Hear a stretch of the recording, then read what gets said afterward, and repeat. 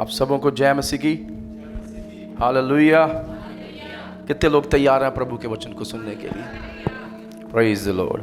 प्रभु आप सबको आशीष दे। और इन दिनों में लगातार हम मनन कर रहे हैं प्रकाशित वाक्य के ऊपर, और विशेषता प्रभु ने हमें इस साल ये वचन दिया था कि ये साल विजय का साल। किसी को मुड़कर कहें अपने दाएं बाएं बैठे व्यक्तियों को, ये विजय का साल है। प्रभु आपको विजय में चलने के लिए सहायता करे। आमीन। विजय में चलना एक चुनाव भी है, विजय में चलना अंगीकार भी है। न केवल हम उसमें चलते हैं, पर हम इस बात की घोषणा भी करते हैं कि प्रभु ने हमें विजय दी है। हालेलुया।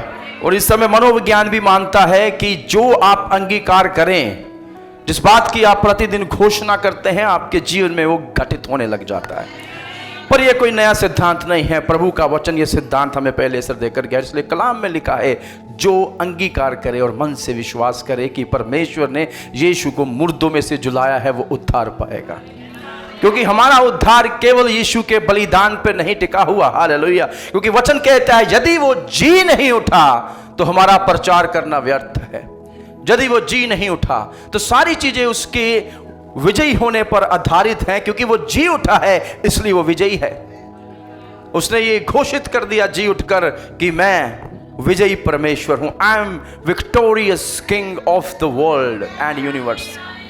मैं विजयी महाराजा हूं या बादशाह हूं इस सारे ब्रह्मांड का। और वो विजयी प्रभु अपनी विजय हमें देकर स्वर्ग उठा लिया गया, और उसने वायदा किया था अपने लोगों को, मैं फिर से आऊंगा। और प्रकाशित वाक्य की पुस्तक उसके उसी आगमन की बात भी करती है। और इसी पुस्तक में शैतान का अंत लिखा है। इसी पुस्तक में नई दुनिया के बारे में लिखा है, जहां नया स्वर्ग और नई पृथ्वी की सृष्टि प्रभु करेगा। और वो लोग जिन्होंने यहोवा पर भरोसा रखा, प्रभु के पुत्र पर भरोसा रखा, परमेश्वर उनको ये सौभाग्य देगा, आदर देगा कि वो उसके साथ राज्य करें विजयी होकर। हालेलुया।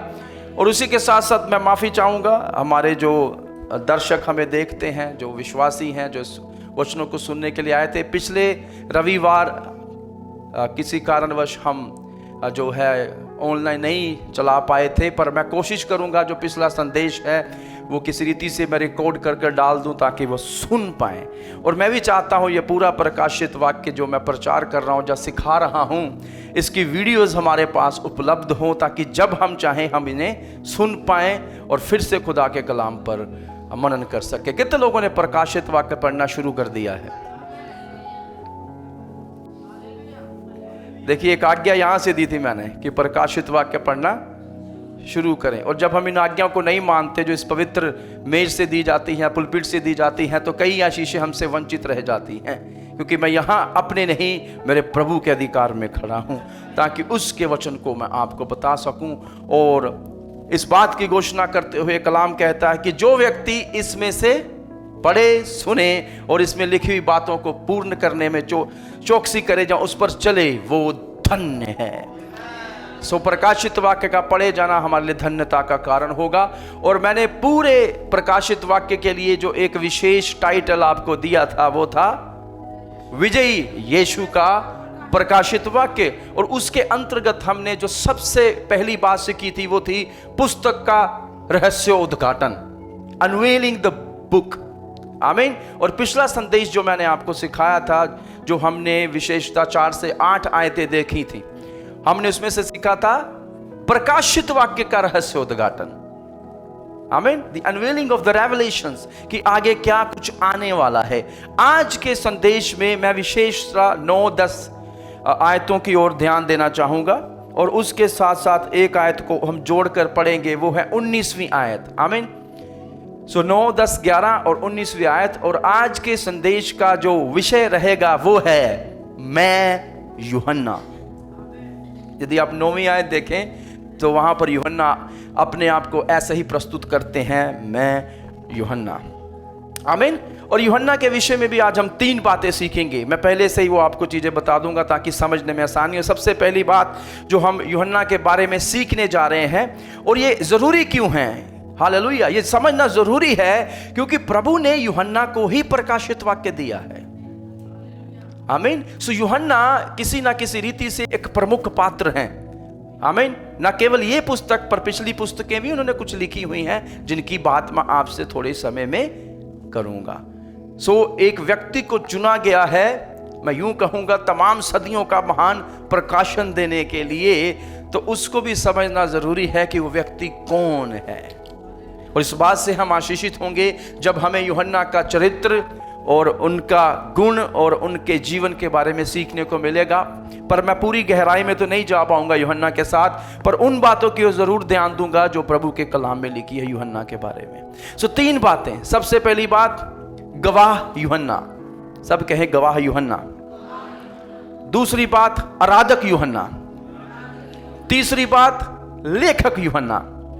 सो आज इन 3 ही बात पर हम मनन करने जा रहे हैं यूहन्ना के बारे में। आइए हम खुदा के कलाम की ओर चलें। पहला अध्याय प्रकाशित वाक्य, विजय यीशु का प्रकाशित वाक्य, और उसकी 9वीं आयत की ओर पढ़ते हुए आगे हम जाएंगे। मैं यूहन्ना जो तुम्हारा भाई और यीशु के क्लेश और राज्य और धीरज में तुम्हारा सहभागी हूं, परमेश्वर के वचन और यीशु की गवाही के कारण पतमुस नामक टापू में था।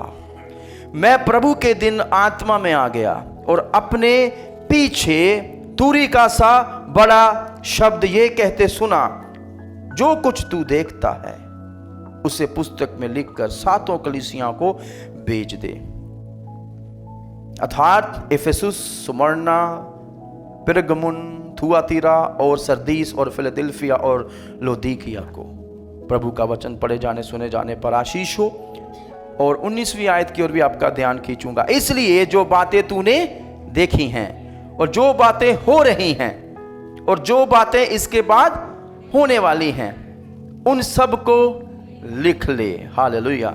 सो यूहन्ना, हम देखते हैं यहां पर वो आज्ञा दिया गया है प्रभु के दूतों के द्वारा कि वो जो भी बातें जिन्हें वो देखता है उनको वो लिख ले। Hallelujah, hallelujah, praise the Lord. इस पुस्तक को प्रचार करते हुए या इस समय जब मैंने इसको पढ़ा है, बड़ा ही आत्मा में समर्थ महसूस होता है। हालेलुया। सो इस बात को हम देखते हुए आगे बढ़ेंगे।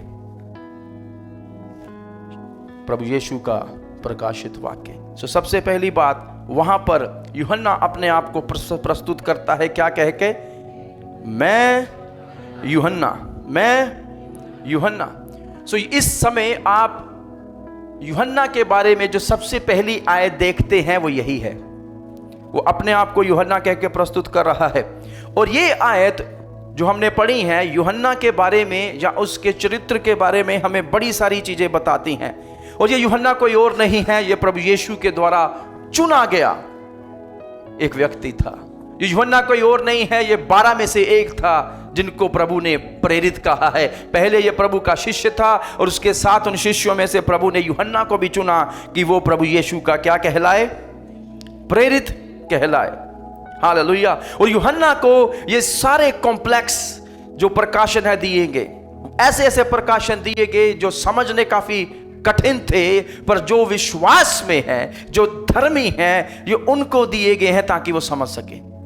आमीन। और ये बात मैं बार बार घोषणा इसलिए करता हूं ताकि आपके अंदर ये विश्वास आए कि ये समझने योग्य प्रकाशन है। और बड़े सारे प्रचार प्रकाशित वाक्य में से नहीं किए जाते। लोग इस पुस्तक को पढ़ना या उसको खोलने से भी थोड़ा भयभीत होते हैं, अनुवाद करते हुए बड़ी गलतियां भी हो जाती हैं, और बड़े सारे मत भी हैं प्रकाशित वाक्य के बारे में। और मैंने शुरू में भी आपको बताया था 4 मतों के बारे में जो इसको अनुवाद के लिए इस्तेमाल की जाती हैं, पर इसमें आपको वो सब मिलेगा।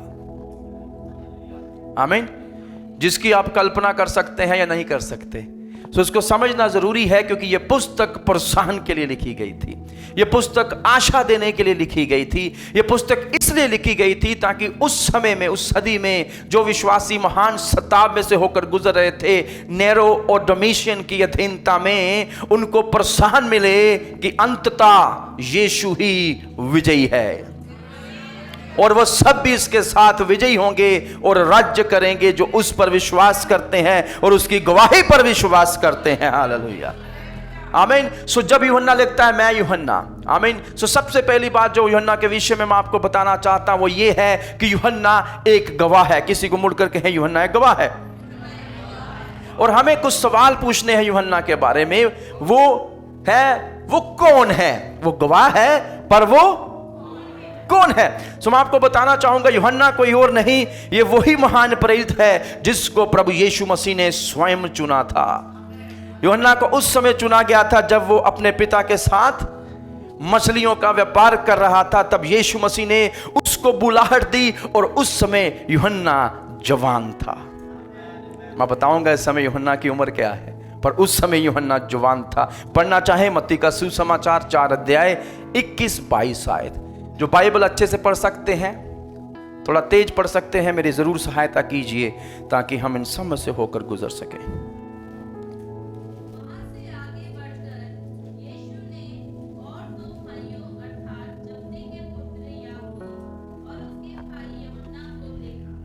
तो यीशु ने जब्दी के 2 पुत्र याकूब और यूहन्ना को देखा। जी,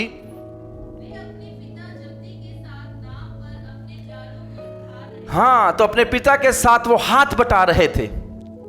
मुझे एक बात बड़ी अच्छी लगती है प्रभु यीशु मसीह के बारे में, पता है वो क्या है? यीशु मसीह ने वेलों को नहीं चुना।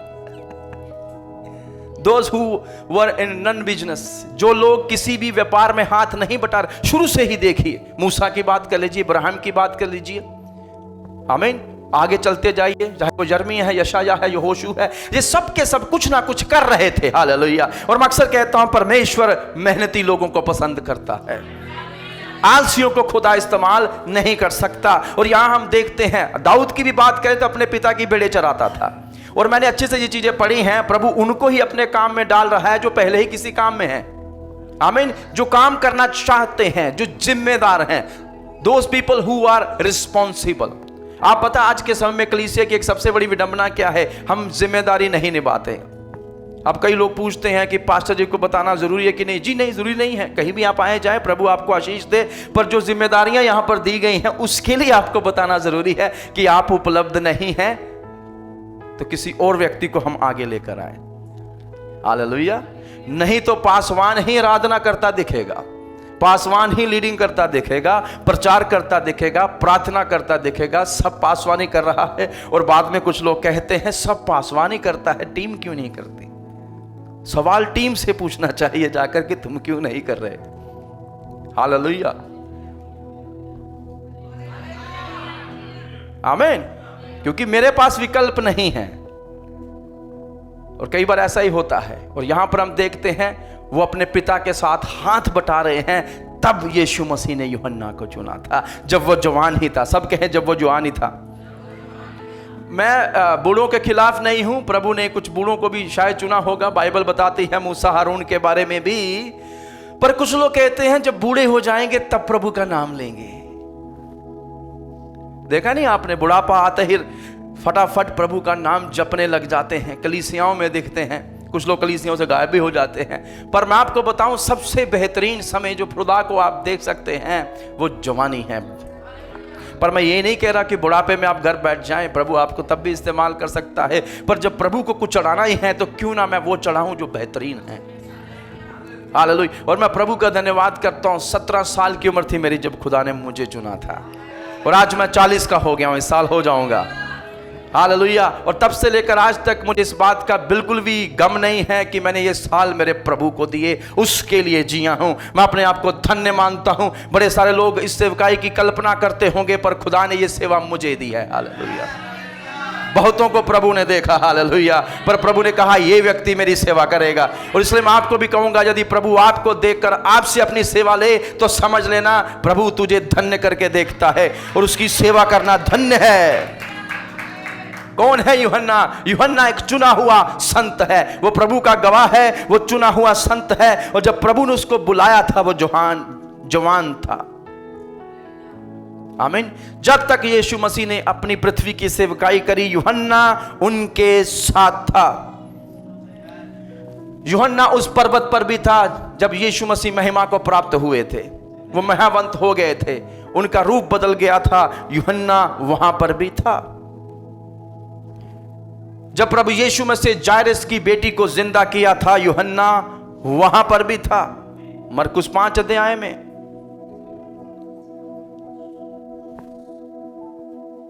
जब यीशु मसीह ने अंतिम भोज चेलों के साथ किया था, यूहन्ना वहां पर भी था और अपने सर को यीशु मसीह की छाती पर झुकाए हुए था। जब यीशु मसीह को पकड़वाया गया यूहन्ना 18 के आधार पर, यूहन्ना वहां पर भी था। जब यीशु मसीह को तमाम उन महायाजकों के सामने न्याय करने के लिए ले जाया गया था, यूहन्ना वहां पर भी था। जब यीशु मसीह क्रूसित हुए थे, यूहन्ना वहां पर भी था। जब यीशु मसीह ने क्रूस से शब्द कहे थे, यूहन्ना वही एक चेला था जो वहां पर खड़े होकर यीशु के शब्दों को सुन रहा था और यीशु से एक आज्ञा को भी प्राप्त किया कि हे पुत्र, ये तेरी माता, हे माता, ये रहा तेरा पुत्र। यूहन्ना वहां पर भी था। और जब यीशु मसीह मुर्दों में से जी उठे थे, सबसे पहला व्यक्ति, पहले चेलों में से जो सबसे पहले उस कब्र पर पहुंचा, वो यूहन्ना ही था। यूहन्ना वहां पर भी था। Hallelujah. Amen. He was the first among who believes Jesus rose again. उनमें से वो एक था जिन्होंने सबसे पहले ये विश्वास किया था कि यीशु मुर्दों में से जी उठा है। और यही चेला जो है यीशु का प्रिय चेला करके जाना गया। या इस तरह से वो चेला जिससे यीशु प्रेम रखता था। और मैं अक्सर कहता हूं, ये लिख कौन रहा है? यूहन्ना स्वयं लिख रहा है, वो चेला जिससे यीशु प्रेम रखता था। ये इसके बारे में नहीं है कि ये परमेश्वर कितना प्रेम आपसे रखता है, ये इसके बारे में है आप कितना जानते हैं कि प्रभु आपसे प्रेम रखता है। और यूहन्ना ये बात समझ चुका था, दैट जीसस लव्स मी, यीशु मुझसे प्रेम करता है। और वो लिखता है, वो चेला जिससे यीशु प्रेम रखता था। हालेलुया, आमीन। 70 साल बीत चुके हैं। कितने साल? अब तक वो यीशु मसीह का विश्वास योग्य दास बनकर जी रहा है। वो परमेश्वर के लोगों का एक महान अगुआ रहा है। He has pastored so many churches. यूहन्ना की बात कर रहा हूं। वो कई कलीसियों का पासवान होकर रहा, कईयों की उसने अगुवाई करी। इस समय वो बुढ़ापे में है और वो परमेश्वर के द्वारा महान रीति से इस्तेमाल किया गया है, क्योंकि उसने यीशु मसीह के लिए एक सबसे महान सुसमाचार लिखा, जिसको हम एशियन जब पढ़ते हैं हमको समझ में आता है। आदि में शब्द था, यूहन्ना लिखता है। प्रभु ने ना केवल उसको सुसमाचार लिखने में सहायता करी, पर उसने 3 पत्रियां भी लिखी हैं। और अंततः यूहन्ना इतना बेशकीमती है प्रभु के लिए कि जब प्रभु को प्रकाशित वाक्य देना था, तब प्रभु ने यूहन्ना को अपना प्रकाशित वाक्य दिया। और इसका एक सबसे बड़ा कारण यह भी है क्योंकि बाकी चेले वहां नहीं थे शायद। और यूहन्ना को परमेश्वर अपनी इच्छा में एक ऐसे स्थान पर ले गया जहां पर वो उसको अपना प्रकाशन दे सके। उस जगह का नाम है पतमुस। शरीर के भाव में तो वो पृथ्वी पर था, पर आत्मा के भाव से वो खुदा से जुड़ा हुआ था। हालेलुया। परिस्थितियां कैसी भी हो, एक आत्मिक व्यक्ति प्रभु से जुड़ा रहता है। परिस्थितियां कैसी भी हो, एक आत्मिक व्यक्ति प्रभु की सुनता है। परिस्थितियां कैसी भी हो, एक आत्मिक व्यक्ति खुदा की आज्ञाकारिता में चलता है। परिस्थितियां कैसी भी हो, एक आत्मिक व्यक्ति अपने प्रभु का इंकार नहीं करता, फिर चाहे वह पतमुस हो या यरूशलेम हो। हालेलुया, आमीन। चाहे फिर वो पीड़ा का स्थान हो या आनंद का स्थान हो, यूहन्ना एक महान गवाह है। हालेलुया, आमीन। इतना महान व्यक्ति होने के बाद भी जब यूहन्ना शुरू करता है तो उसने नहीं लिखा डॉक्टर, अपोस्तल, विश्व, फलाना ढमकाना। आज हम टाइटल के पीछे बहुत भागते हैं। टाइटल लगाना बुरी बात नहीं है, जो खुदा ने आपको दिया लगाइए भी, पर टाइटलों के पीछे हम भागते हैं। हमें प्रभु ने टाइटलों के पीछे भागने के लिए नहीं चुना, क्योंकि जब यूहन्ना लिखता है, यूहन्ना नहीं लिख रहा कुछ भी और, वो कहता मैं यूहन्ना। सी द इंट्रोडक्शन, वो कितना नम्र है, विनम्र है। मैं यूहन्ना, बड़े साधारण रीति से वो अपने आप को प्रस्तुत करता है कि मैं यूहन्ना हूं। और मैं सोचता हूं वो शायद इसलिए भी है क्योंकि वो हर बार इतना ज्यादा विस्मित हो जाता था प्रभु के वचन से कि वो सोचता था खुदावन मुझे ऐसे प्रकाशन क्यों दे रहा है। मैं कौन हूं कि वो मुझे इस्तेमाल कर रहा है? मैं कौन हूं कि उसने मुझे चुनकर अपने लिए अलग किया है? मैं कौन हूं? मैं आपको कहूं, ये एक विशेष व्यक्ति था, पर यूहन्ना प्रभु के अनुग्रह को सबसे बहुमूल्य जानता था। वो उसके प्रेम को सबसे बहुमूल्य जानता था, इसलिए यूहन्ना को प्रेम का प्रेरित भी कहा गया है। हालेलुया, आमीन। वो एक संत है, ना केवल एक संत है, वो अपने आप को भाई कहकर भी पुकारता, कहता मैं यूहन्ना प्रभु में तुम्हारा भाई। यही असली पहचान है। हम सब प्रभु में भाई बहन हैं। शारीरिक तौर पर थोड़े अलग हो सकते हैं। वो कहता मैं तुम्हारा भाई हूं। यही लिखा है यूहन्ना ने। क्या लिखा है? मैं तुम्हारा। हालेलुया। और वैसा क्यों लिखता है? क्योंकि वो अपने आप को विश्वासियों के साथ गिन रहा है। वो अपने आप को बड़ा महान करके नहीं देख रहा, क्योंकि वो समझता और जानता है वो कौन है। मैं यूहन्ना हूं जिस पर प्रभु की कृपा हुई है। मैं यूहन्ना हूं जो मछलियां पकड़ने वाला था। शायद मेरा जीवन उन मछलियों के साथ खत्म हो जाता, पर आज पतमुस पर परमेश्वर मुझे अपने प्रकाशनों से निहाल कर रहा है। मैं यूहन्ना हूं। हो सकता है कोई समुद्र में कोई प्रलय आ जाता तो उसमें डूब कर मेरी जवानी में मैं मर जाता, पर आज मैं लगभग 90 साल का होकर भी प्रभु की आराधना कर पा रहा हूं। मैं वही यूहन्ना हूं जो एक दिन पाप में था, पर आज उसके लहू के द्वारा धो दिया गया हूं। मैं वही यूहन्ना हूं जो किसी काम का नहीं था, पर आज परमेश्वर के काम आ रहा हूं। मैं वही यूहन्ना हूं जो अपने पिता का काम संभालता था, पर आज अपने स्वर्ग पिता द्वारा इस्तेमाल किया जा रहा हूं। हाँ, मैं वही यूहन्ना हूं जो पाप में था। मैं वही यूहन्ना हूं जिसे कोई पहचानता नहीं था। मैं वही यूहन्ना हूं, हालेलुया, जिसे संसार त्याग चुका था। मैं वही यूहन्ना हूं। हाँ, मैं यूहन्ना हूं, हालेलुया। मैं यूहन्ना हूं जिस पर खुदा ने अनुग्रह किया है। अपना नाम लेकर आप बोल सकते हैं, मैं सतवंत हूं जिस पर खुदा ने अपना अनुग्रह किया है। हालेलुया। क्या ये एक बड़ी महान आशीष नहीं है? यूहन्ना अपने आप को कोई महान व्यक्ति करके नहीं, पर अनुग्रह से प्राप्त किया गया धन उसको समझते हुए ये बता रहा है मैं तुम्हारा भाई हूं। हालेलुया, मैं तुम्हारा भाई हूं। लगभग 70 साल के बाद उसे वो प्रकाशन मिलता है। हालेलुया, मैं यूहन्ना।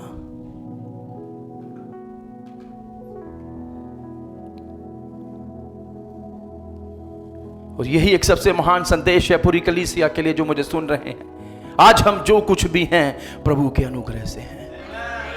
और इस बात को समझते हुए पौलुस भी लिख कर गया है, कहता मैं जो कुछ भी हूं मेरे प्रभु के अनुग्रह से हूं। फिर भी मैंने उन सबसे ज्यादा मेहनत करी है जो मुझसे पहले आए थे। फिर भी मैं नहीं, वो परमेश्वर का अनुग्रह ही था जो मुझे लेकर चल रहा था।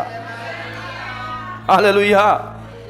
आपको पता है ये इंसान की टेंडेंसी है, ये इंसान का चरित्र व्यवहार है। हम महिमा खा जाते हैं। हम चाहते हैं हमारा नाम हो। यदि हमने दूसरे के लिए कुछ भी किया है, मेरा नाम आना ही चाहिए। ये टेंडेंसी है, ह्यूमन टेंडेंसी। हम ऐसा ही चाहते हैं, पर यूहन्ना इसमें नहीं लगा हुआ। वो चाहता है एक दिन जब मैं प्रभु के सामने खड़ा हो जाऊं तो मुझे प्रशंसा मनुष्यों से नहीं प्रभु से मिले। यही एकमात्र मनसा होनी चाहिए हर एक भक्त की। मेरी प्रशंसा करे तो उस दिन प्रभु करे। संसार की प्रशंसा से मुझे कुछ लेना देना नहीं है, क्योंकि संसार की प्रशंसा झूठी है। आपके मुंह पर कहेंगे वाह वाह, और आपके पीछे आपको श्राप देंगे। आपके मुंह पर कहेंगे क्या प्रचार था, आपके पीछे कहेंगे कुछ भी बोलता रहता है। आपके मुंह पर कहेंगे प्रभु आशीष दे, पीछे से कहेंगे इसका काम ठप हो जाए। आपके मुंह पर कहेंगे बधाई हो, पीछे से कहेंगे ये फलवंत क्यों हो गया।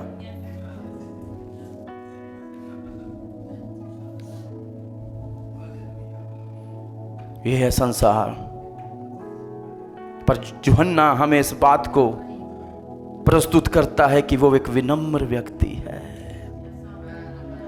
Hallelujah, hallelujah. इससे हमें यह भी समझ में आता है कि जो एक प्रचारक है वो जो नीचे बैठे हैं उनसे महान नहीं है। हाँ, दुगने आदर के योग्य है, कलाम कहता है जो सिखाने वाले हैं, पर उनसे बढ़कर नहीं है। When you talk about the position in the kingdom of God, प्रभु के राज्य में जब आप उस स्तर की बात करें तो परमेश्वर हमें अपने पुत्र पुत्रियां करके देखता है। एक प्रचारक, एक पासवान या प्रेरित, वो सब के सब प्रभु के पुत्र हैं और पुत्रियां हैं। क्या ये आनंद की बात नहीं है? किसी को मुड़ कर कहे मेरा प्रभु पक्षपात नहीं करता। हालेलुया। किसी ने कहा शक्ति इंसान को प्रदूषित करती है। शक्ति आ जाती ना जब, authority, power of money, power of authority. इसलिए कलीसिया में पासवान के पास भी पूरा अधिकार नहीं है, इसलिए सेवक खड़े किए जाते हैं। और किसी ने इस प्रकार से भी कहा यदि शक्ति नाश की ओर लेके जाती है तो पूरी शक्ति पूरा नाश कर देती है अंदर से। और मसीह में एक बात हमें समझने की आवश्यकता है, यहां पर हम अपनी मनसाएं पूरी करने के लिए नहीं आए। और आज मसीह लोगों की एक सबसे बड़ी विडंबना यही है, जो हम प्रचार भी सुनाते, यही कहते हो यीशु के पास आओ वो सब कर देगा। और ये सबसे बड़ी डिसीज है आज के अगुओं की भी, रोग लगा हुआ है यीशु का नाम लेकर अपनी इच्छाओं को पूरा करना। और जो निर्णय खुदा के कलाम पर निर्भर होकर ना लिया गया हो, जहां इससे मेल ना खाता हो, वो निर्णय खुदा की ओर से नहीं हो सकता। वो आपका निर्णय है, खुदा का नहीं। सो हमें प्रार्थना करनी है हम ऐसे सेवक बने जैसे यूहन्ना था। हालेलुया। सो वो अपने आप को बताता है, गवाह के रूप में वो एक संत है, हम भी संत हैं। वो एक पुत्र है और इसलिए वो दूसरों को भी पुत्र पुत्रियां करके ही देखता है। हालेलुया। वो गुलाम करके नहीं देख रहा कि कलीसिया में जो लोग बैठे हैं जिनको मैं लिख रहा हूं वो गुलाम है। जी नहीं, हम यीशु के गुलाम हो सकते हैं, मनुष्य के नहीं हैं। I am the bond servant of Christ but I am not the bond servant of any organization और द चर्च। यीशु मुझे यहां लेकर आए थे, यीशु जब कहेंगे मैं आमीन करके आगे बढ़ जाऊंगा। हालेलुया। मैं सतवंत जब मुट्ठम में था मुझे अभी तक याद है जब प्रभु ने मुझे बुलाहट दी थी। आगे वो लिखता है मैं यूहन्ना तुम्हारा भाई और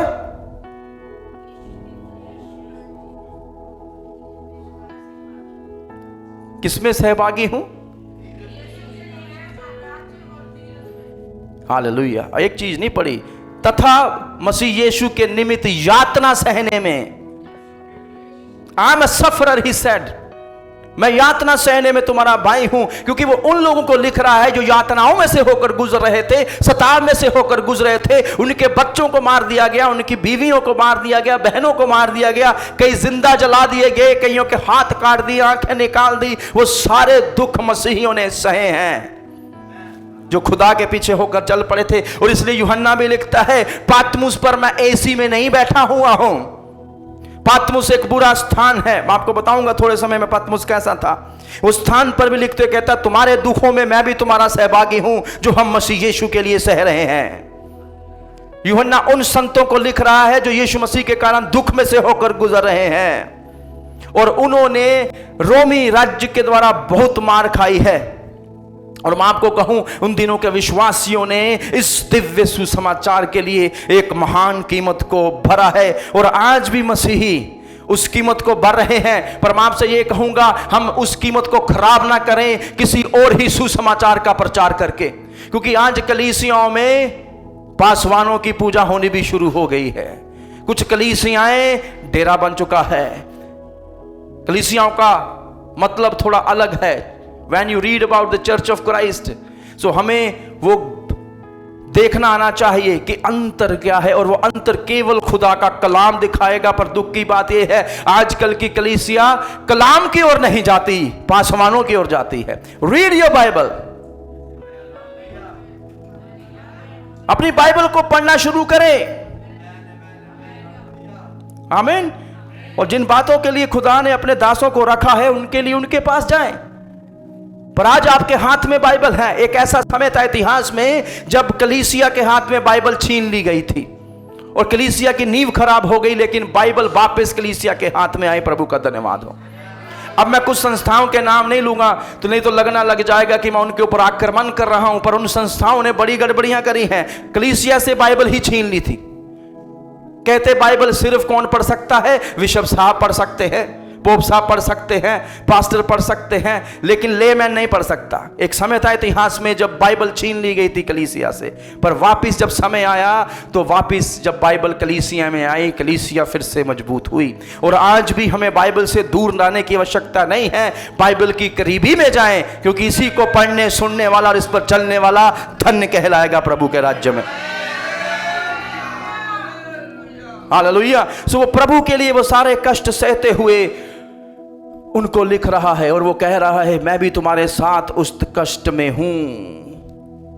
और मैं आपसे कहूं, हर एक जो यीशु की सेवा करना चाहता है, क्या करना चाहता है? सेवा आसान नहीं है। विश्वासी बनना आसान है कई बार, सेवा की बात कर रहा हूं, जो प्रभु के लिए खड़े होकर आपको बोलना पड़े, उस सेवा की बात कर रहा हूं, यह कतई आसान नहीं है। सो जब आप प्रभु की सेवा में निकलें या सेवा में निकलना चाहें, तो एक बात याद रखिएगा, यह कठिन होगी, सताव से भरी होगी। आमीन।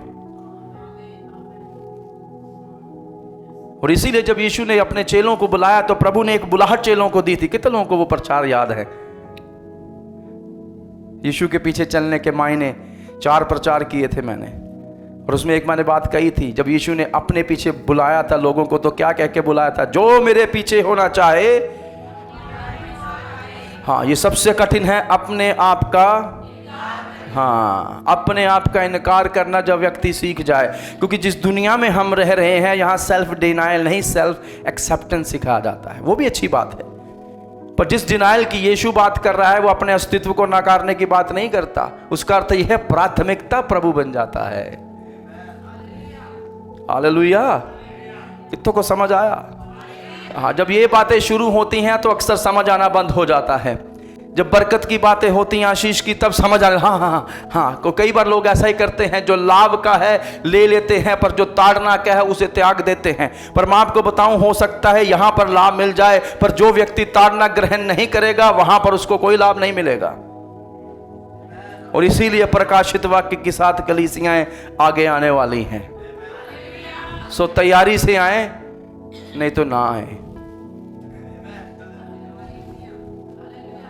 बाइबल भी यही कहती है, जो जय पाए उसी का, हाँ, वो कहता है जय पाओ तो आ जाओ, जय नहीं पा सकते तो रहो जहां पर हो। यही है संदेश प्रकाशित वाक्य में। और ये हमें ताड़ना देता है, प्रोत्साहन भी देता है, निकालना चाहता है, पश्चाताप करने के लिए भी कहता है प्रकाशित वाक्य। आने वाले समय में हम इसके ऊपर भी मनन करेंगे। और मैं आपसे कहूं, हम फिर भी एक आशीषित समय में जी रहे हैं। हम अपने विश्वास के लिए इतना भी नहीं सताए गए जितना उस समय के मसीही सताए गए थे। वो बने रहे प्रभु में, उन्होंने प्रभु को नहीं छोड़ा, क्योंकि उनकी आंखें अपने प्रभु की ओर लगी थी, जो एक दिन आकर सब बातों का न्याय करने वाला था। और मैं आपको प्रोत्साहित करूंगा, अपने प्रभु के नाम के कारण यदि आप सताव में चल रहे हैं, तो एक महान महिमा भी आपका इंतजार कर रही है। हालेलुया, आमीन। चौथी बात, गवाही के उसके नीचे ही आ रहा है अभी ये सब। He is a servant of God. वो प्रभु का एक दास भी है, क्योंकि उसने एक और शब्द इस्तेमाल किया है। वो क्या है? नागरिकता की बात करता है। I am your companion. कौन हूं मैं? तुम्हारा सहभागी हूं।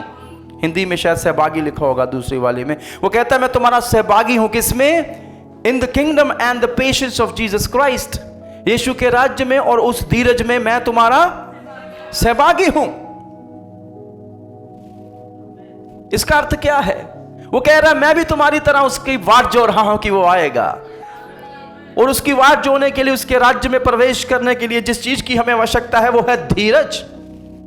धीरज के साथ हम उसकी क्या जो है? वाट जो है। हालेलुया। और ये बड़ा जरूरी है, क्योंकि यहां जो धीरज लिखा गया उसका अर्थ है इंतजार करना। और आज के युग में जहां सब कुछ फास्ट है, fast internet, fast food, fast trains, fast बसें, फास्ट शादियां और फास्ट ही तलाक।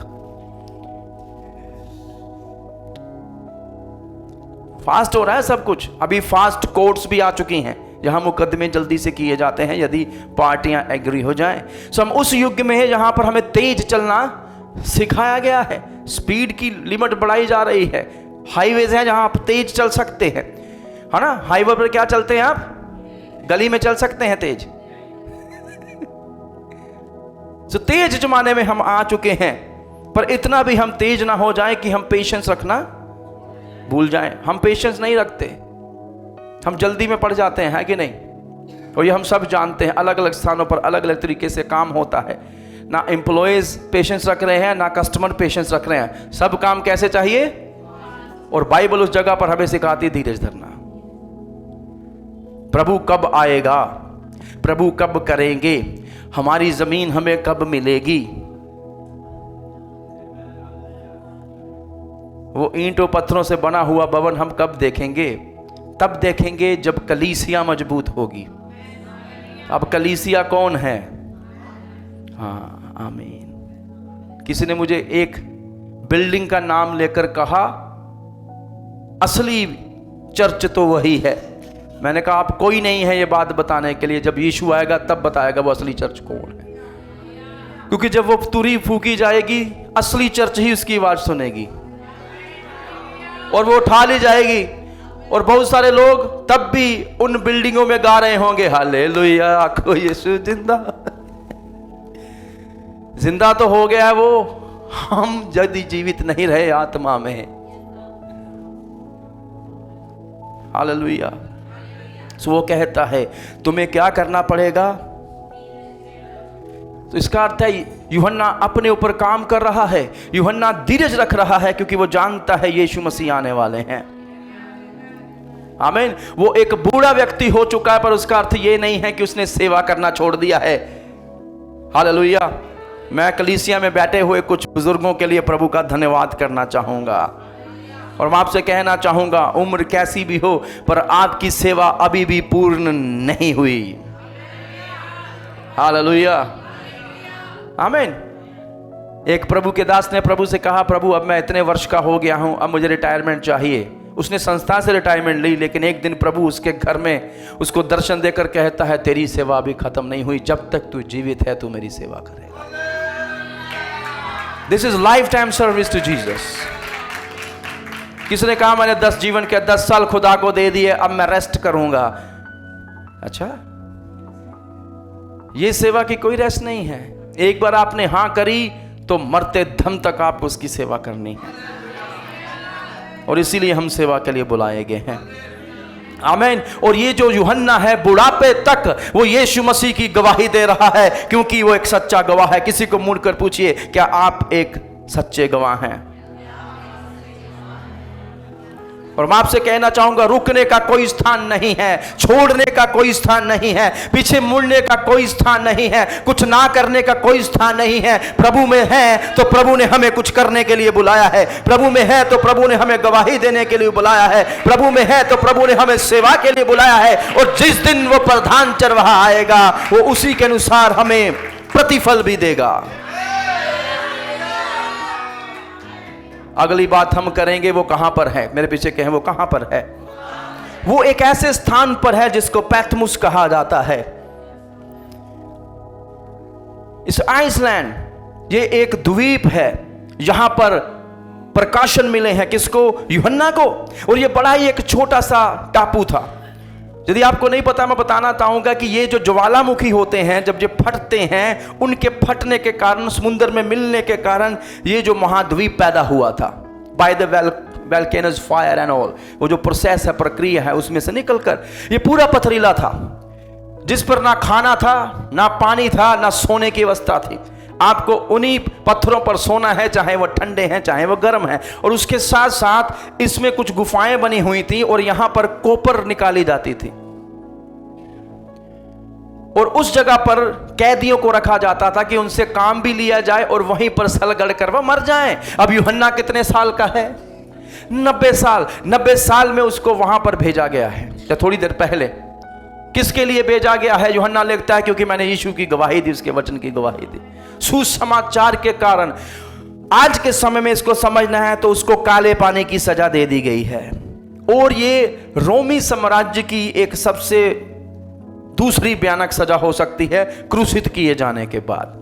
तो यहां पर भी जो है प्रिजनर को या कैदियों को भेज दिया जाता था कि वहां पर जाकर वो क्या करें, गुफाओं में काम करें और रोम के लिए क्या निकालें, वो कोपर को निकालें। हालेलुया। वो पैथमुस पर है जो एक छोटा द्वीप है जो लगभग 30 मील दूर है एफेसुस से। एफेसुस की कलीसिया याद है, बाइबल में भी सबसे पहले वही आएगी। एफेसुस की कलीसिया से 30 माइल की दूरी पर वो है। और ये ज्वालामुखी की जो चट्टानें होती हैं जो टूटकर बनती हैं उससे बना गया एक ये जगह थी जहां पर तांबे का काम चलता था कि उसमें से तांबा भी निकल आ जाए। और मैं आपको बताऊं, ये जो पैथमुस है ये कोई आदर्श स्थान नहीं है जहां आप छुट्टियां मनाना चाहेंगे। आज लोग द्वीपों पर जाते हैं छुट्टियां मनाने, द्वीप बड़े अच्छे अच्छे हैं, बड़ा मजा आता है, डेस्टिनेशन बन चुका है मालदीव्स और के जैसे और भी कई द्वीप्स है ना, लोग जाना चाहते हैं। पर ये एक आदर्श स्थान नहीं है जहां आप में से कोई भी जाना चाहे। यीशु मसीह के लिए भी हम कहेंगे ना जी ना, हम यहीं पर सही है, वहां हमें ना भेजा जाए। पर यूहन्ना वहां पर है। और जो लोग वहां पर कैद किए जाते थे, मैंने आपको बताया, वो भयानक कष्ट में से होकर गुजरते थे क्योंकि वहां पर कपड़ों का भी प्रबंध नहीं था, खाने का प्रबंध नहीं था, छत का प्रबंध नहीं था। आपको नंगी चट्टानों के ऊपर सोना है और उसके साथ साथ आपको दिन रात उन गुफाओं में काम करना है ताकि आप वहां से रोमी साम्राज्य के लिए तांबा निकाल सकें।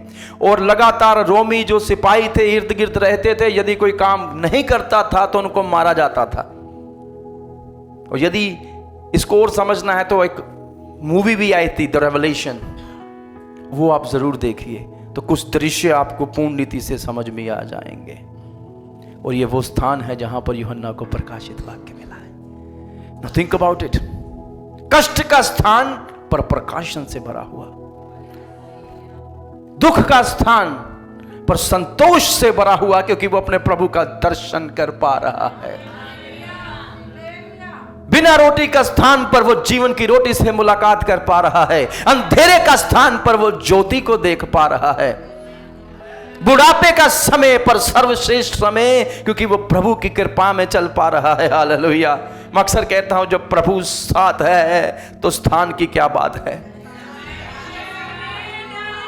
जहां पर वो रखेगा वो उच्च स्थान बन जाएगा, उसकी कृपा का स्थान बन जाएगा। हालेलुया। सोचिए 3.5 साल अपने प्रभु के साथ रहना, फिर उसको क्रूसित हुए देखना, फिर उसको स्वर्ग जाते हुए देखना कि वो एक दिन आएगा, और इस बात के लिए फिर से तरसना कब मैं मेरे प्रेमी प्रभु से मिल पाऊंगा, और 70 साल बाद फिर से उसके दर्शन करना। मैं यूहन्ना। हालेलुया, हालेलुया, आमीन। और इस जगह पर मुझे एक आयत याद आती है। वचन कहता है रोमियो 8:28 में, क्या कहता है?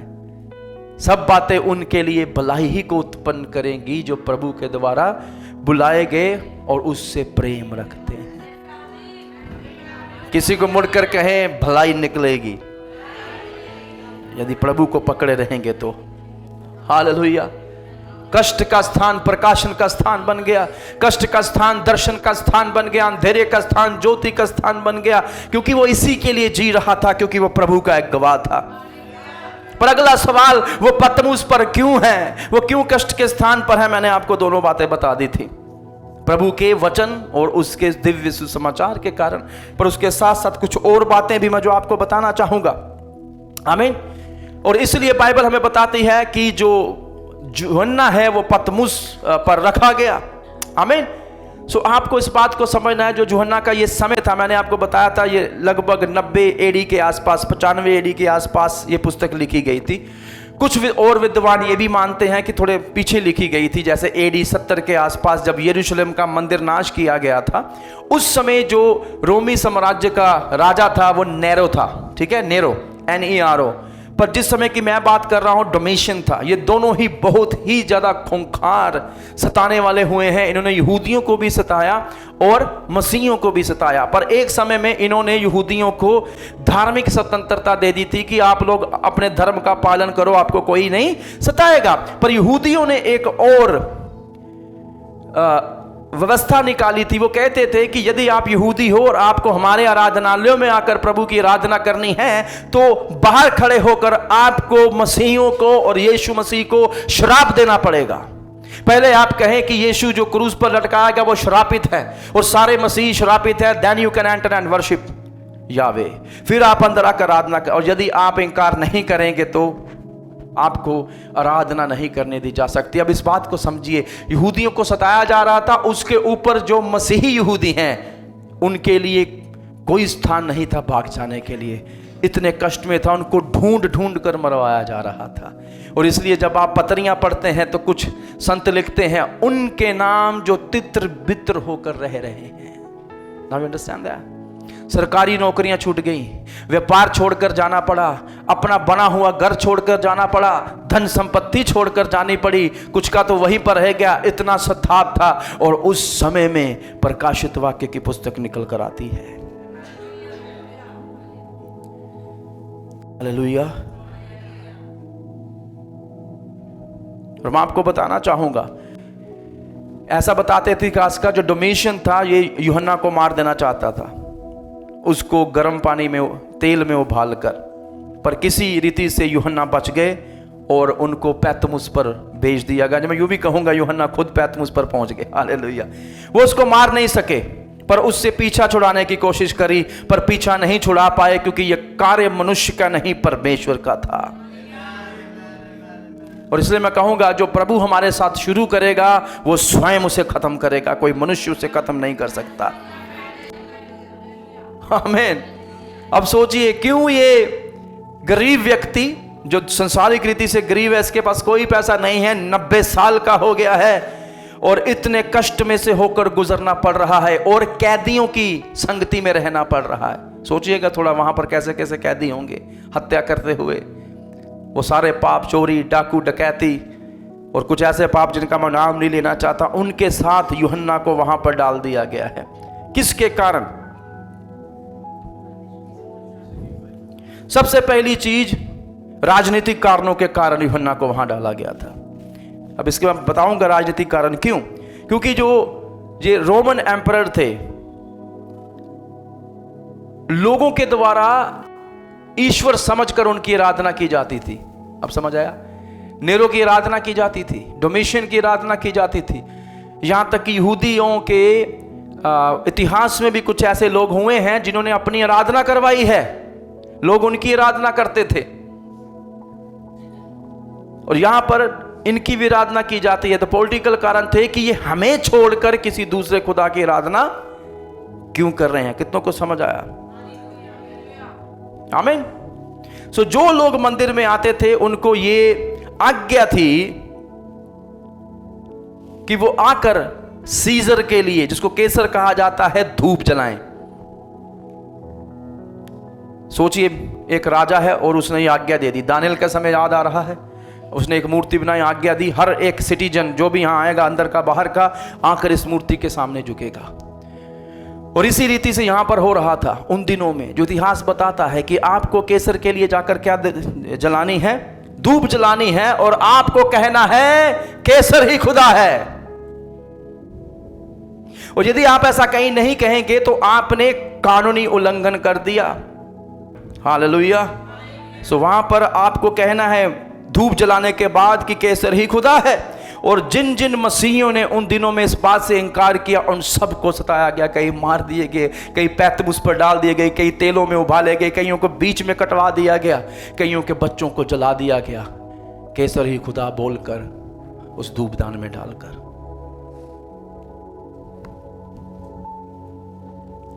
हम ऐसे सताव के लिए तैयार नहीं है शायद। यह राजनीतिक कारण था। दूसरी बात, उनको नफरत की गई धार्मिक कारणों के कारण। और मैंने आपको बताया था कि जो रोमी साम्राज्य था, this is Pantheon of God. सब कहे पैंथियन।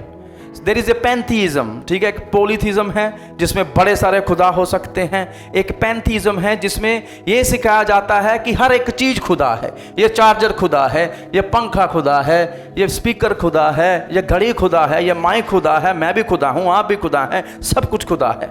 सो मसीह लोग क्या सिखा रहे थे कि परमेश्वर एक ही है। इसको कहा जाता है मोनोथीज्म। एक परमेश्वर पर विश्वास रखने वाले लोग। और इसीलिए उनके ऊपर सताव किया गया, क्योंकि रोमी कहते थे बहुत सारे ईश्वर, और मसीही सिखा रहे थे केवल एक परमेश्वर की हम आराधना करते हैं। और इसलिए रोमी कह रहे थे ऐसा बोलकर आप लोग क्या कर रहे हैं, आप हम पर प्राकृतिक आपदाएं लेकर आ रहे हैं, क्योंकि आपने उसको नाराज कर दिया, इसको नाराज कर दिया, इसको नाराज कर दिया, इसलिए ये सारी आपदाएं आ रही हैं, भूकंप आ रहे हैं, युद्ध हो रहे हैं। लेकिन मसीही लोग उस यीशु पर विश्वास करके डटे रहे जो उनका प्रभु था और प्रभु है। हालेलुया, आमीन। सो बड़े सारे लोग मसीहियों को उन दिनों में यहूदियों लोगों की एक ब्रांच करके देख रहे थे कि ये इनमें से निकला है। और जो सारी बातें मैं आपको पहले ही बता चुका हूं, लेकिन बाद में उनको समझ में आया कि ये थोड़ा अलग है, क्योंकि ये मुक्ति का प्रचार कर रहे हैं। They are the people of the way. ये वो रास्ते के लोग हैं जो रास्ते की बात करते हैं। पिछले दिनों में यदि आपने घर में हमारे साथ संगति की गई होगी, उसमें मैंने और खुल के बताया था वो रास्ता क्या था।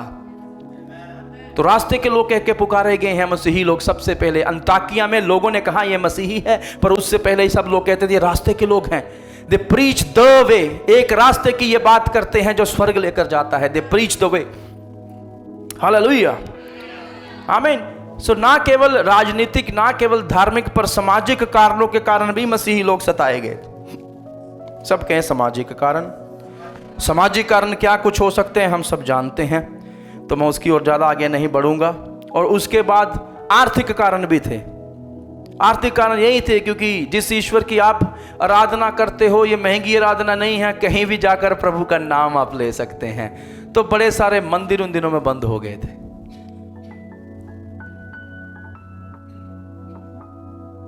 समझ आया? जैसे बुद्धा के प्रचार करने के कारण बड़ी सारी चीजें बंद हो गई थी। गौतम बुद्ध ने जब प्रचार करना शुरू किया था, और उस समय भी बड़ी सारी चीजें बंद हो रही हैं। और क्योंकि बड़ा सारा धन जो है वो अलग अलग स्थानों से आ रहा था, वो भी आना बंद हो गया। तो राजनीतिक कारणों के कारण भी सताए गए, सामाजिक, धार्मिक और आर्थिक कारण भी थे। आर्थिक कारणों के कारण भी मसीही लोग सताए गए हैं। हालेलुया। पर यूहन्ना प्रचार करता रहा। और किसका प्रचार करता रहा? प्रभु यीशु का, जो परमेश्वर का पुत्र था। आमीन। इस बात पर मैं ज़्यादा समय नहीं बताऊंगा, क्योंकि हम सब जानते हैं यूहन्ना क्या प्रचार कर रहा था। मैं फिर भी धन्यवाद करता हूँ भारत में हमें फिर भी आज़ादी है, क्योंकि संविधान हमें शक्ति देता है। मैं परमेश्वर का धन्यवाद करना चाहता हूँ भारत के संविधान के लिए। एक बड़ा ही लचीला, एक बड़ा ही गुणकारी, बहुमूल्य संविधान है भारत का, जो तमाम जातियों को, धर्मों को ये आज़ादी देता है कि आप अपनी इच्छा और मत के अनुसार किसी भी धर्म गुरु को मान सकते हैं और आपको कोई रोक नहीं सकता। इसलिए मैं आपसे कहूँगा, एक भारतीय होने के नाते हमारी सबसे प्राथमिक शक्ति हमारा संविधान है। अपने संविधान को समझें, अपनी शक्ति को जानें, अपनी नागरिकता को समझें। हम भारतीय हैं। हालेलुया, हम भारतीय मसीही हैं। आमीन। सो यदि कोई व्यक्ति आपसे पूछ भी ले इन चीज़ों के बारे में, ज़रूर गर्व से कहिए हम भारतीय हैं पहले, बाकी सारी बातें बाद में। हम पहले कौन हैं? भारतीय हैं। भारतीय संविधान हमारे लिए प्राथमिकता, और वही संविधान हमें कहता है हम यीशु को मान सकते हैं, हम यीशु का प्रचार कर सकते हैं, हम यीशु के बारे में बता सकते हैं। किसी को नहीं सुनना, आप ना सुनिए, क्योंकि वो भी आपका अधिकार है और वो भी आपको संविधान देता है। प्रभु आपको आशीष दे। आमीन। मैं भारत के लिए धन्यवाद करता हूँ, यही प्रार्थना करता हूँ धार्मिक न्यायी अगुए भारत में उठ खड़े हों, जो भारत को ऊंचाइयों पर लेके जा सकें, जो भारत के लिए आकाशीष का कारण बन सके। आमीन। और किसी ने कहा आप ऐसा क्यों प्रचार? हम नहीं कहते, यीशु ने कहा है। यूहन्ना रचित सुसमाचार में भी आप पढ़ सकते हैं 14:6 में यीशु मसीह कहते हैं, मार्ग, जीवन और सत्य मैं हूँ, बिना मेरे पिता के पास कोई नहीं जा सकता। ये हमारे नहीं, यीशु मसीह के कथन हैं जो लिखित कर दिए गए हैं। आमीन। और हम इन्हीं चीज़ों का प्रचार करते हैं जो बाइबल हमें बताती है। हालेलुया, आमीन। सो यूहन्ना सताया गया है एक गवाह के रूप में। मैं यूहन्ना यीशु का गवाह हूं। कितनों को समझ आया? और मैंने वो सारी बातें गवाह के नीचे आपको बताई जो यूहन्ना लिख रहा है, इससे विपरीत कुछ नहीं। मैं यूहन्ना जो यीशु का गवाह हूँ। दूसरी बात 10वीं आयत की पहली पंक्ति पढ़िए, मैं यूहन्ना यीशु का आराधक। इस पर हम ध्यान देंगे। मैं प्रभु के दिन आत्मा में आ गया और अपने पीछे दूरी का बड़ा शब्द बस ये कहते सुना। यहाँ कहता है मैं प्रभु के दिन आत्मा में आ गया, है ना। अभी देखा कि यूहन्ना एक गवाह के रूप में, मैं यूहन्ना प्रभु का गवाह, मैं यूहन्ना प्रभु का आराधक। ये गवाह है और ये 90 साल का है और इतने कष्ट के स्थान में होने के बाद भी ये क्या कर रहा है? ये आराधना कर रहा है। वो कहता है मैं प्रभु के दिन आत्मा में आ गया। मेरे पास एक बड़ी बेहतरीन बाइबल है, ज़रूर यदि आप हिंदी के प्रशंसक हैं, अच्छी हिंदी पढ़नी है तो पवित्र बाइबल मानक हिंदी अनुवाद अध्ययन संस्करण, इसको नवीन संविदा कहा जाता है, जो हमारे बाइबल कॉलेज के द्वारा अनुवाद की गई है। वहाँ पर जो लोग थे बड़ी बेहतरीन हिंदी के साथ, और मैं इसको पढ़ता हूँ अपने व्यक्तिगत समयों में और बड़ा आनंद आता है इसको पढ़ के भी। हालेलुया। इसकी हिंदी सुनिएगा। प्रभु के दिन आत्मा प्रेरित अंतर्लीनता में,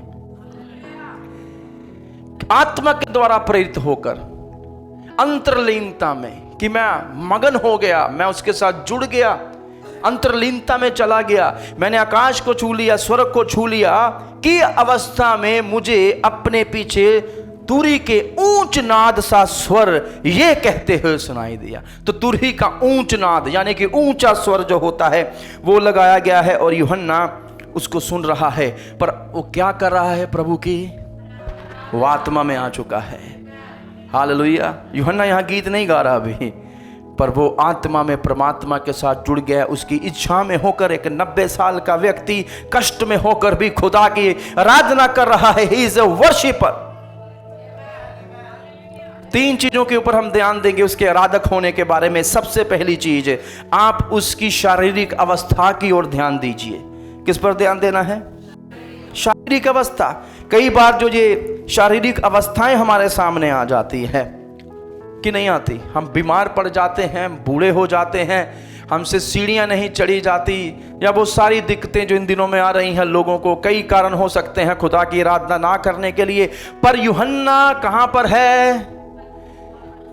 उसके पैरों में शायद जूते भी अच्छे नहीं होंगे। हमारे पास तो अच्छे अच्छे जूते आ चुके हैं, कई नाइकी, स्केचर, प्यूमा पहनते हैं, कुछ लेदर के बढ़िया बढ़िया जूते पहन के कलीसियां आते हैं, प्रेज द लॉर्ड, और फिर भी हम कहते हैं पैर दर्द हो रहे हैं।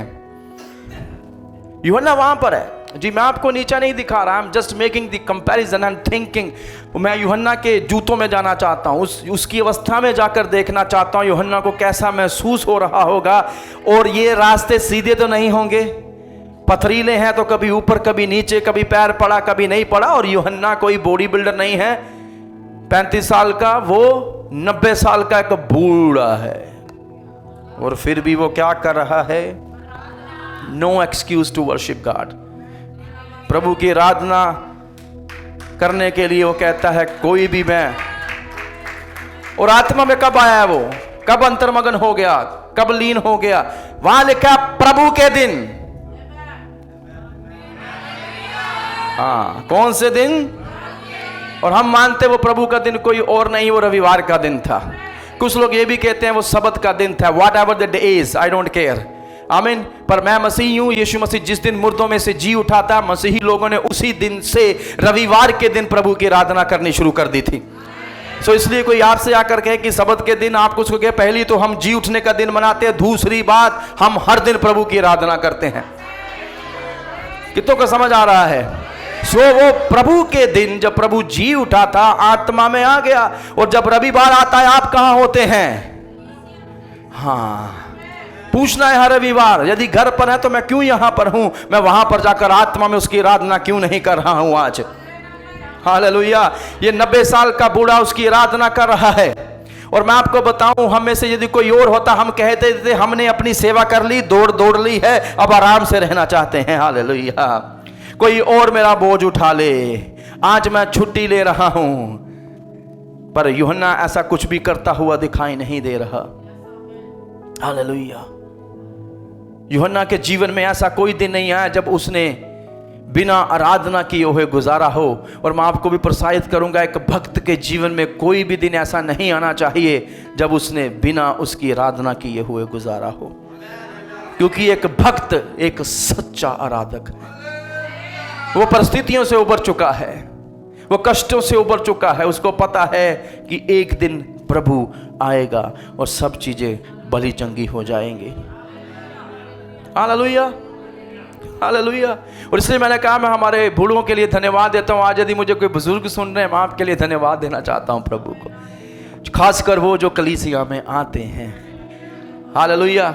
हमारे एक अंकल हैं, आज वो नहीं आ पाए, साइकिल पर आते हैं, आर्थराइटिस है, साइकिल चलाकर आते हैं। ऐसे लोगों के लिए धन्यवाद देना चाहता हूँ। बाय निर्मोध हैं, अंगूठा सूजा हुआ है, पर कलीसिया आते हैं। और भी आपके जीवन में कुछ कष्ट होंगे, पर आप कलीसिया आते हैं क्योंकि आप प्रभु से प्रेम करते हैं। आपको ना तो दर्द, ना तो उम्र, ना आर्थराइटिस, ना किडनी की पथरी, ना पीते की पथरी, ना सर दर्द, ना टांग दर्द, ना घुटनों का दर्द, कोई बीमारी हमें रोक सकती है उसकी आराधना करने में। और आराधक तो अय्यूब के समान भी हुए हैं, मरण छैया पर पड़े हैं, फिर भी कहते हैं यहोवा का नाम धन्य हो। हालेलुया, आमीन। हम बड़ा कुछ सीख सकते हैं उनसे जो हमारे सामने चल रहे हैं। सबसे पहली चीज, आप उसकी अवस्था देखें, आप उसका शरीर देखें, उसके कैसे उसमें है। अब दूसरी चीज, हम उसकी परिस्थिति को देखें, वो किस प्रकार की परिस्थिति में फंसा हुआ है। यहां पर हम देखते हैं यूहन्ना क्या कर रहा है।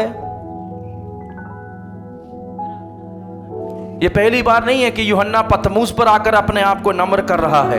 यूहन्ना पहले से ही नम्र था। हालेलुया, आमीन। यहां पर उसको गर्मी लग रही है, उसके पास एयर कंडीशन नहीं है, बिल्डिंग नहीं है, गद्दा नहीं है, कंबल नहीं है नीचे रखने के लिए, कुछ नहीं लगा हुआ। वो कष्ट में है, वो जेल में है, बंदी गृह में है, वहां पर ठंड है, वहां पर भूख लग रही है। पर इन सब चीजों का सामना करने के बाद भी यूहन्ना आराधना करने से नहीं रुकता है। Hallelujah, hallelujah. मैं आपको बताऊं, आधुनिक समय के विश्वासियों को यदि इस कष्ट में डाल दिया जाए तो हम में से बड़े सारे लोग जो हैं शायद प्रभु का ही इनकार कर दें, हमें गीत भूल जाएंगे।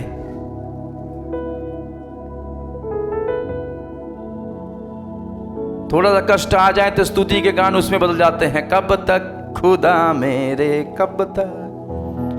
हालेलुया। वो रुकता नहीं है, वो आराधना करना चाहता है। और मैंने आपको एक बात सिखाई थी, यदि आपको याद हो, एक सच्चा भक्त इस बात की ओर मनन नहीं करता कि उसको क्या मिलेगा। वो तो इस बात पर केंद्रित है, मैं मेरे प्रभु को क्या दे सकता हूं, What I can give to my Lord। सो परिस्थितियां उसको आराधक बनने से नहीं रोक पाए। तीसरी चीज जिसकी ओर आपको ध्यान देना है वो है यूहन्ना की समर्पण। सबका समर्पण, समर्पण, उसकी प्रतिबद्धता, उसकी कमिटमेंट जो है प्रभु के लिए, वो कभी अडीग नहीं हुई, वो बनी रही। हालेलुया। इस बात की ओर ध्यान दीजिए। वो कहता है, I was in the spirit on the day Lord's day. मैं आत्मा में था प्रभु के दिन में। कौन से दिन में? कौन से दिन में? हालेलुया, प्रभु के दिन में, रविवार के दिन में। He is not missing it. उसको पता है कि मैंने प्रभु की आराधना करनी है। अलग अलग स्थानों पर अलग अलग लोग प्रभु के लिए इकट्ठे होंगे, मुझे भी परमेश्वर का क्या करना है? धन्यवाद करना है।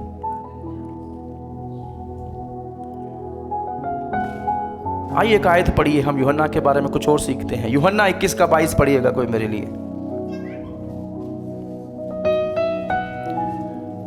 यदि आप बाइबल में देखें तो योम याहवे करके एक दिन है जिसको प्रभु का दिन कहा जाता है, योम याहवे। और जब वो दिन आएगा प्रभु अपनी शक्ति और महिमा में प्रकट होगा।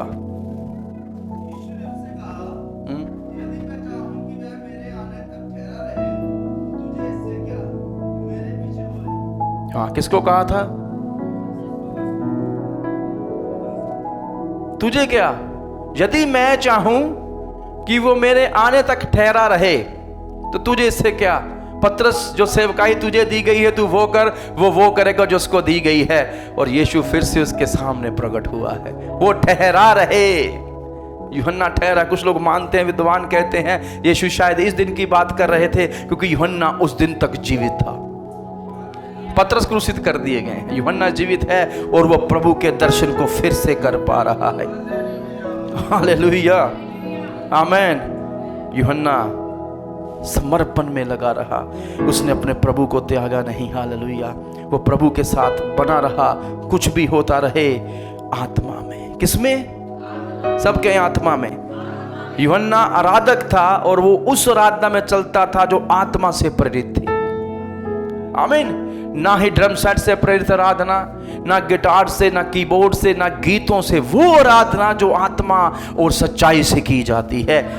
चाहे फिर आप पतमुस टापू पर भी हो, कोई आपके लिए तालियां नहीं बजा रहा, कोई आपके पीछे कोरस नहीं गा रहा, कोई आपको नहीं कर रहा, आइए एक बार फिर से हाथ उठाइए, आइए एक बार फिर से इस लाइन को गा लेते हैं, तो नीचे वाले कहते हैं चलो गा लेते हैं एक बार। वहां पर ऐसा कुछ नहीं हो रहा, पर आप अपने आप को प्रोत्साहित करते हैं, क्योंकि आप आत्मा में होकर चलने वाले एक व्यक्ति हैं। आप शरीर के ऊपर आश्रित नहीं हैं। हालेलुया। आप आत्मा के ऊपर आश्रित हैं, और आत्मा इसीलिए दिया गया है कि हमें यीशु की पहचान करवाए। और जिस व्यक्ति को यीशु की पहचान है वो स्तुति करे हुए रह नहीं सकता, वो आराधना करेगा, क्योंकि वो पहचानता है उसका प्रभु कौन है। वो सारे आदर, महिमा, जलाल, स्तुति के योग्य है। हालेलुया। और बाइबल यही करती है, प्रकाशित वाक्य यही करता है, उसमें यीशु का स्तुति गान है, यीशु के नाम को ऊंचा उठाया जाना है। तीसरी और अंतिम बात, पहली बात यूहन्ना, मैं यूहन्ना एक गवाह या साक्ष्य। दूसरी बात, मैं यूहन्ना एक आराधक। तीसरी बात, मैं यूहन्ना एक लेखक।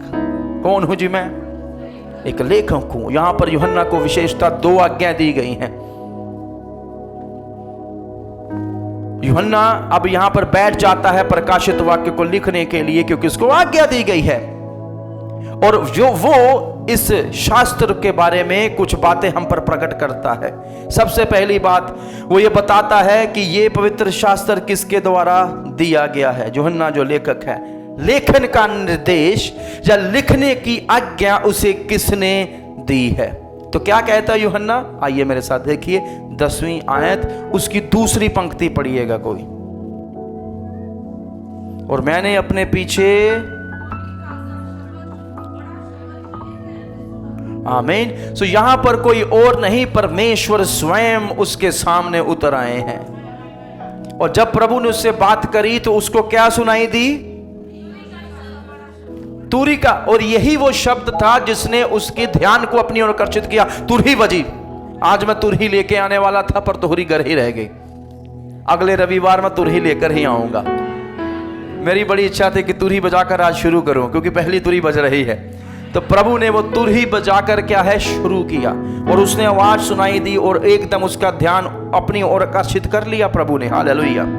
और जैसे जैसे हम प्रकाशित वाक्य के पन्नों को पलटते जाएंगे, पृष्ठों को पढ़ेंगे, हम देखेंगे कि तुरहियां बज रही हैं, और बड़ी सारी तुरहियां बड़ी सारी चीजों को बता रही है। जब जब कुछ बड़ी घटना घट रही है, तुरही का शब्द सुनाई दिया जा रहा है। और यहां पर भी यूहन्ना को वही शब्द सुनाई दिया है, और एक आज्ञा के साथ कि जो कुछ भी तू सुनता है और देखता है उसे लिख। तो इससे हमें समझ में आता है कि यूहन्ना लिखने वाला है, पर लिखवाने वाला यीशु मसीह है। और ये बात पूरे पवित्र शास्त्र पर अडिग है। दूसरा तिमुथी 3:16 के आधार पर संपूर्ण पवित्र शास्त्र परमेश्वर की प्रेरणा के द्वारा लिखा गया। संपूर्ण पवित्र शास्त्र परमेश्वर सुभाषित है, ये प्रभु के द्वारा लिखवाया गया है। और इसलिए मैं कहता हूं इसके 40 से ज्यादा लेखक जरूर हैं, पर इसका असली रचयिता स्वयं परमेश्वर है। Hallelujah, hallelujah. सो वो जो स्वर्ग से आकर उससे बात कर रहा है लिखवाने के लिए, वो कोई और नहीं, वो प्रभु स्वयं है। आमीन। सो निर्देशन का निर्देश किसने दिया? लिखने का परमेश्वर ने स्वयं। दूसरी बात जिसकी ओर हमें ध्यान देना है वो है उनके लेखन का उद्देश्य। अब जो लिखा जा रहा है उसका उद्देश्य क्या है? आमीन। सो उसका उद्देश्य क्या है? उद्देश्य यही है कि ये जो है वो उन 7 कलीसियाओं को दिया जाए। तो ये पूरा पवित्र शास्त्र किसके लिए दिया गया है? विशेषता ये पुस्तक की जब बात करूं, कलीसियाओं को दिया गया। कितनी कलीसियां हैं? हाँ, वो 7 कलीसियां के नाम कम से कम हम याद कर लें, आने वाले दिनों में और आसानी होगी। आमीन। सो हम आने वाले सप्ताहों में इन सारी कलीसियाओं पर एक एक करके मनन करेंगे। और मैं आपको फिर से चेता देना चाहता हूं, ये कलीसियाएं असली थी, इनकी परिस्थितियां असली थी, और इनको जो लिखा गया वो उनके समय के अनुसार लिखा गया था। और यूहन्ना ने ये पत्र सीधे उनको लिखे थे और उनको भेजे थे। और ये सारी कलीसियाएं एक समय सारणी को भी बताती हैं, प्रोफेटिकली एक समय सारणी है उन सालों से लेकर अब तक, जिसकी मैं एक एक करके बात करूंगा आने वाले समय में, ताकि हम समझ में आए। पर फिर भी उसके साथ साथ ये जो संदेश है ये ना केवल उन कलीसियाओं के लिए था, पर ये हमारे लिए भी है, ये आज की कलीसिया के लिए भी है, ताकि हम इसको पढ़ें और इसमें से समझ सकें। आमीन। क्योंकि ये पत्र किसको लिखा गया है, और हम भी एक कलीसिया हैं, तो हम इसमें से सीख सके हैं, इसको समझ सकते हैं। हालेलुया। अंतिम बात की ओर मैं जाना चाहूंगा, वो ये है 19वीं आयत, इसका विभाजन जो किया गया है। और मैंने आपको पहले भी बताया था, इसको समझना है तो हम सिर्फ 3 आउटलाइन बनाकर चलेंगे, 3 पंक्तियां। आमीन। तो सबसे पहली बात जो यहां पर लिखी गई है वो क्या है? The things which thou has seen, वो बातें जो तूने, सो 2 चीजें तुमने देखी हैं। वो अध्याय 1 की घटनाओं की बात कर रहा है। कहां पर है? पातमुस पर। उसने प्रभु के दिन प्रभु को देखा, दर्शन देखा, तुरही सुनी, प्रभु का प्रकटीकरण होना, जो अगली आयतें हैं जो आने वाले सप्ताह में मैं आपके सामने खोल दूंगा 12 से 20। तो ये पहला अध्याय जो चीजें उसने देखी हैं। दूसरा और तीसरा अध्याय जो 7 कलीसियाओं के बारे में है, जो चीजें हो रही हैं। ठीक है। उसके आगे चौथे से लेकर 22वां अध्याय, वो बातें जो इसके बाद घटित होंगी। सबको कहें इसके बाद घटित होंगी। किसके बाद? दूसरे और तीसरे, अभी जो चल रहा है, जब कलीसिया उठाई जाएगी। इन चीजों की मैं बात करूंगा कि हम पहले क्यों उठाए जाएंगे महासताप से। आमीन। और उसका एक सबसे बड़ा कारण यह है क्योंकि जब चौथा अध्याय खुलता है, चौथे अध्याय की पहली पंक्ति को पढ़िएगा मेरे लिए ऊंची आवाज में, सिर्फ पहले कुछ शब्द है ना। कुछ लोग पूछते हैं कि भाई आपको कैसे पता चला कि कलीसिया यहां उठा ली गई और फिर उसके बाद कुछ होगा? हाँ जी, क्या लिखा है वहां पर? हाँ, इन बातों के, क्यों हमने ये तीनों आउटलाइन ली है? क्योंकि इन बातों के बाद लिखा है। सो पहला अध्याय बीता, दूसरा तीसरा वर्तमान जो चल रहा है, इसके बाद चौथा अध्याय है। अब समझ में आया? सो यूहन्ना स्वयं हमें इस बात की ओर ध्यान खींच रहा है, इसके बाद। और जब वो ये लिखता है ना, इसके बाद, यहां पर हेयर आफ्टर लिखा हुआ है। और ग्रीक भाषा के, यूनानी भाषा के 2 शब्द हैं। पहले है मेटा, सब कहे मेटा। दूसरा है टोटा, टाओटा। ठीक है, मेटा टाओटा। सो मेटा का अर्थ होता है बाद, टोटा का अर्थ होता है दीज। सो इन चीजों के तत्पश्चात। कितनों को समझ आया? जिनको समझ नहीं आ रहा चिंता ना करें, प्रार्थना करें। तत्पश्चात लिखा है। जिस दिन 3 अध्याय पूरे होंगे, उसकी आखिरी आयत और चौथे आयत की जो कनेक्टिंग वर्सेस है, यहां पर एक महान थियोलॉजी को हम सीखेंगे। ठीक है, किस तरह से हम उठाए जाएंगे, यहीं पर आएगा वो। यदि आपने ये समझ लिया तो बाइबल के संपूर्ण सिद्धांत आपके सामने बिल्कुल साफ हो जाएंगे इन बातों के पश्चात 19वीं आयत में। और इसलिए प्रभु ने यूहन्ना को कहा, जो बातें तूने देखी हैं, जो बातें घटित हो रही हैं और जो बातें इसके बाद होगी, इनको लिख। So he received the divine command to write it. Hallelujah. So यूहन्ना एक साक्षी या गवाह, यूहन्ना एक आराधक और यूहन्ना एक लेखक। मैं यूहन्ना जो प्रभु का गवाह, प्रभु का आराधक और उसके लिए एक लेखक हूं, तुम्हें यह बातें लिखता है।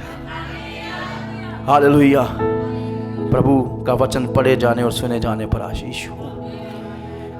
और यहां पर हमने यूहन्ना का बैकग्राउंड देख लिया है। और मेरा विश्वास है जब हमने पुस्तक की शुरुआत को समझा है और यूहन्ना कौन है और वहां पर क्यों है, इस बात को समझा है, और अब जब हम अगली चीजें पढ़ेंगे हमें बड़े अच्छे से समझ में आएंगे।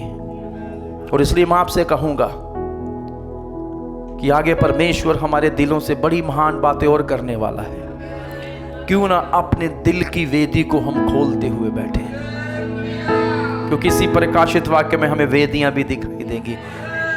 और इन सब का एक ही कारण होना चाहिए, वो ये है कि मैं प्रभु का गवाह और उसका आराधक बनूं और स्वयं उसकी लिखी हुई पत्री बन जाऊं। हालेलुया। कहें, मैं यीशु का गवाह उसका आराधक और उसकी लिखी हुई पत्री हूं। क्या ये बात सत्य नहीं है अजीजों? हालेलुया। मेरे पीछे कहिए, मैं विजयी यीशु का गवाह, उसका आराधक और उसकी लिखी हुई पत्री हूं। हालेलुया।